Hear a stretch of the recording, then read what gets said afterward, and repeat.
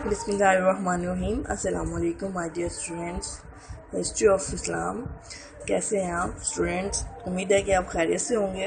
جی، آج کا ہمارا ٹاپک ہے منصور کی سیرت و کردار۔ اسٹوڈینٹ، آج ہم نے پڑھنے جا رہے ہیں منصور کی سیرت و کردار میں کیا کیا، مطلب ان کی شخصیت میں کیا کیا باتیں پائی جاتی تھی۔ سخت گیری، کفایت و شاعری، علم و ادب اور ابو جعفر منصور کی ولادت۔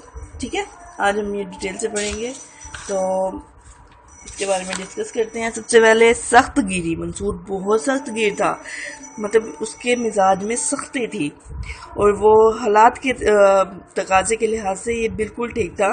وہ ایک سلطنت اور خلافت کو نئے سرے سے قائم کر رہے تھے۔ ان کا اصول یہ تھا کہ کسی کی غفلت بھی معاف نہ کی جائے، اور بغاوت منصور کے نزدیک ایک ناقابل جرم جو ہے وہ معافی تھی۔ وہ بغاوت سے باز آ جانے والے کو بظاہر امان دیتا تھا، لیکن موقع ہی تلاش میں رہتا تھا، اور جیسے اسے موقع ملتا تھا وہ باغی کو ختم کروا دیتا تھا۔ ابو مسلم خراسانی، عبداللہ بن علی اور ابن ہیرا کے ساتھ یہی کچھ ہوا تھا، مطلب انہوں نے بغاوت کی تھی ابو مسلم خراسانی نے اور عبداللہ بن ہیرا نے بھی، جس کی انہوں نے بغاوت کو ختم کرنے کے لیے ان کو قتل کر دیا تھا۔ ٹھیک ہے، پھر نیکسٹ ٹاپک کی طرف آ جاتے ہیں، کفایت و شاعر اور سادگی۔ سلطنت کے ہر معاملے میں انتہائی محتاط رہتے تھے، حکومتی خزانے کے بارے میں خاص طور پہ بہت حساس تھے۔ آئے روز کی بغاوتوں کے لیے ضروری تھا کہ خزانہ بھرا رہے تاکہ بر وقت فوج مہیا کیا جا سکے، اس لیے حکومتی اخراجات کے بارے میں بہت کفایت شاعر تھے۔ خود بھی سادہ زندگی گزارنا تھا۔ حقیقت یہ ہے کہ جس حکمران نے اتنی ساری مشکلات سے نپٹنا ہو وہ کیسے زندگی گزار سکتا ہے عیاشی والی، تو انہوں نے بہت زیادہ احتیاط سے جو ہے وہ کفایت شاعری سے احتیاط سے کام لیے، اور بہت حساس طریقے سے انہوں نے جاسوسی کا سلسلہ جو ہے وہ شروع کر دیا تھا اپنے دور میں، کہ جو بھی بغاوت ہو ان کا پتہ لگانا ہوتا، تو انہوں نے بہت ساری 70 بوڑھی عورتوں کو جو ہے وہ اپنی جاسوسی کے لیے نکال دیا تھا، اور اس کے علاوہ جو ہے حکومت میں سادہ زندگی انہوں نے گزاری اور مشکلات والی زندگی گزاری۔ نیکسٹ ہے علم و ادب۔ منصور علم و ادب کا بہت بڑا مربع ہے جو بغداد میں علم و ادب کا گہوارہ بنے۔ اس کا آغاز منصور کے دور میں ہی ہو گیا تھا۔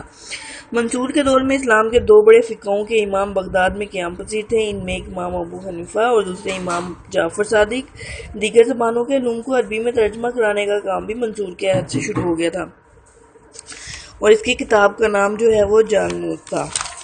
نیکسٹ آتے ہیں ہم ابو جعفر منصور کی ولادت۔ ابو جعفر منصور کمال قسم کی دلالت کے مالک تھے۔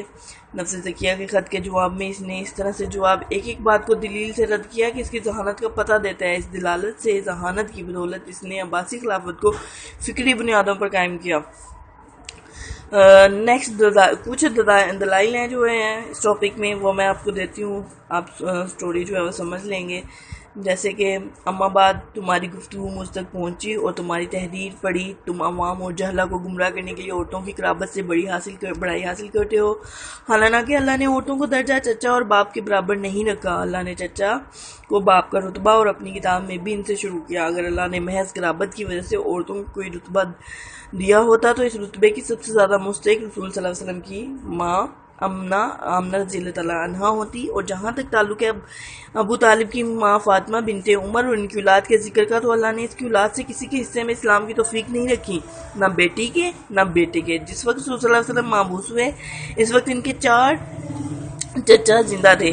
بس جب رسول صلی اللہ علیہ وسلم نے ان کو دین کی دعوت دی تو ان میں سے 2 نے قبول کی، جن میں سے ہمارے ایک جد اعلیٰ تھے، اور 2 نے انکار کیا، جن میں سے ایک تمہارے جد اعلیٰ حمزہ اور عباس نے اسلام قبول کیا، جبکہ ابو لہب اور ابو طالب نے انکار کر دیا۔ ان کے انکار پر اللہ نے ان کے اور ان کے رسول کے درمیان قرابت کا رشتہ توڑ دیا۔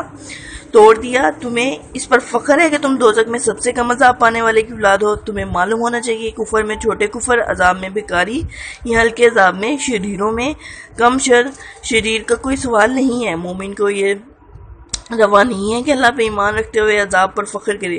تمہارا یہ لکھنا تمہیں کسی عجمی ماں نے نہیں جنا۔ کتنی بڑی جسارت ہے، اس دعوے پر تم پورے بنو ہاشم کے مقابلے میں فخر کر رہے ہو۔ دیکھو کل تم اللہ کو کیا جواب دو گے، گویا تم اپنے رسول صلی اللہ علیہ وسلم کے صاحبزادے ابراہیم سے افضل سمجھتے ہو؟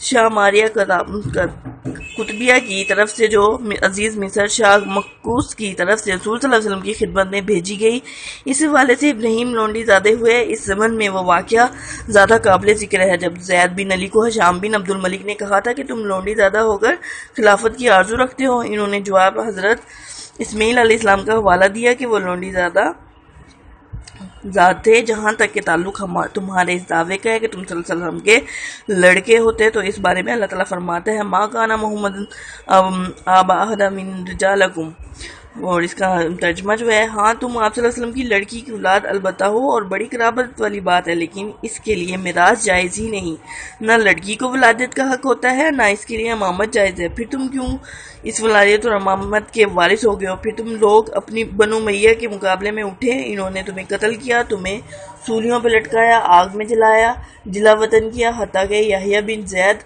غریب الوطنی خراسان میں قتل ہوئے۔ بنو امیہ نے تمہارے مردوں کو قتل کیا، عورتوں اور بچوں کو قید کر کے بغیر تکیے کے محملوں پر سوار کر کے لونڈی اور غلاموں کی طرح شام لے گئے تاکہ ہم ان کے مقابلے کے لیے اٹھے اور ان سے تمہارا پورا بدلہ لیا، تمہیں ان کے ملک کا وارث بنایا، ہم تمہارے اسلاف کی سنت پر چلے اور ان کی فضیلت کا ڈنکا بجا کر ان کا نام روشن کیا۔ ہمارے اس اعلان فضیلت کو تم ہمارے ہی خلاف حجت قرار دیتے ہو اور سمجھتے ہو کہ ہم تمہارے اجداد کا نام ان کی بزرگی کی وجہ سے لیتے ہیں۔